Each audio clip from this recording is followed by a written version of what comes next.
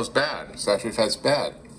I almost laughed when they published that rehash of studies that the last of which was done in 1973. Every study on fat since 1973 was rejected by the American Heart Association so they could keep pushing the agenda of the American Canola Oil Manufacturers Association that funds the American Heart Association. Follow the money is what you're saying. It's a corrupt organization.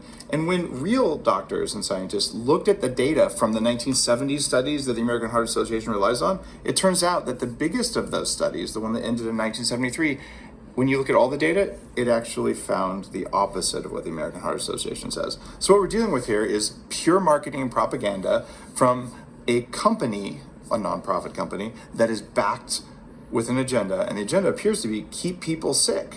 Yeah, it was interesting.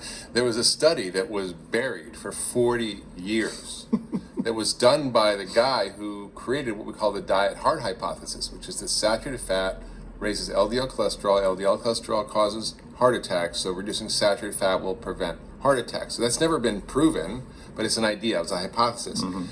They did a study, which they could never do now, 9,000 mentally institutionalized patients. Half got butter and saturated fat, half got vegetable oil. And they thought the vegetable oil group would win, but in fact, even though their LDL levels went down on the vegetable oil, they had more heart attacks and death than the group on saturated fat. In fact, for every 30 points lower LDL, the risk of heart attack went up 22%.